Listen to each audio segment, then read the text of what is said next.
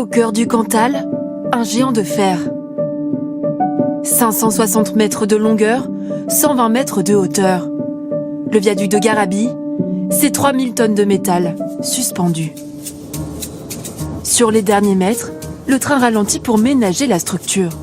Elle date de 1884. Grand frère de la Tour Eiffel, le viaduc est construit par le même architecte, Gustave Eiffel. Pour connaître son histoire, il faut remonter le temps. L'ascension d'un seul pilier est déjà sportive.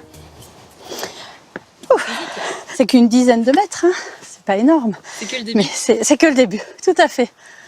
Patricia Rochès, enfant du pays, est historienne du viaduc. Lorsque Garabit a été achevé en 1884, c'était le plus haut viaduc du monde. Le viaduc relève un défi extraordinaire pour le 19e siècle.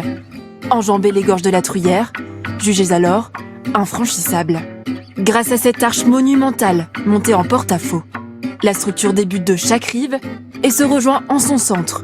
Une prouesse architecturale et humaine qui demande un entretien minutieux et périlleux.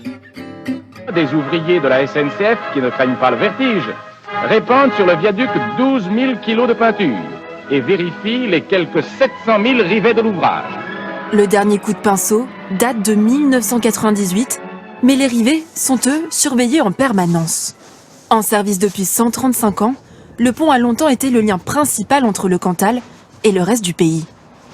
Nos campagnes ont enfin connu une vitesse supérieure à celle du galop des chevaux et de la diligence, et on pouvait aller jusqu'à Paris. Donc c'est là aussi qu'on a connu les premiers exodes vers la capitale. Désormais classé monument historique, les touristes sont nombreux à chercher le vertige de la traversée. Christelle et sa fille, Alban, sont impatientes. Quel ressenti tu as? Des guillis dans le ventre. Elles viennent de Paris, spécialement pour le centenaire de la mort d'Eiffel. T'as quelque chose?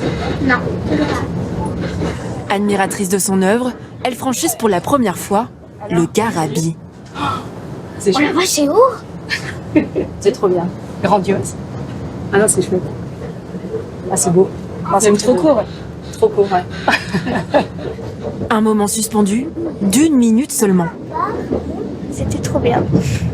C'est assez impressionnant quand on est en haut, ouais. Il est impressionnant d'en bas, mais aussi impressionnant d'en haut. La traversée est aussi possible sur l'eau. Clément a grandi à 5 km de l'édifice. Il le voit tous les jours. Mais pourtant, Ça reste toujours impressionnant d'y passer dessous. le viaduc de Garabit se voit d'autant mieux qu'il est peint en rouge.